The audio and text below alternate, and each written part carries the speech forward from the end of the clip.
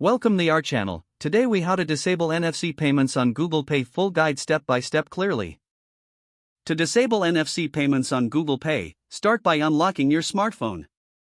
Locate and open the Google Pay app on your device. Once in the app, tap on your profile icon in the upper right corner. Now, scroll down to the section labeled Payment Methods.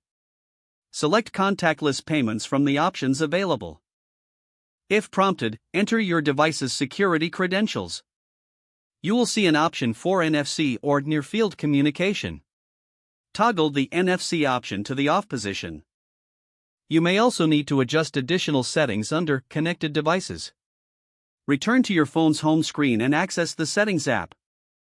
Scroll down and select Connected Devices or Connections. Find and tap on Connection Preferences. Now, locate NFC and select it. Toggle the NFC switch to turn it off. Confirm the action if prompted, ensuring that NFC payments are fully disabled. You are now finished and have successfully disabled NFC payments on Google Pay. If the page does not load, refresh the browser or try again in a private or incognito window.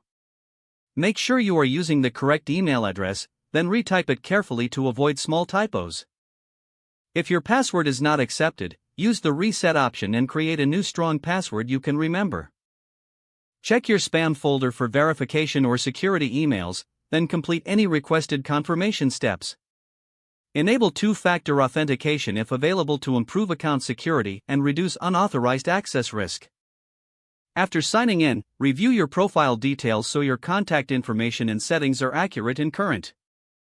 If you see an error message, note it down and try again after restarting your device and internet connection.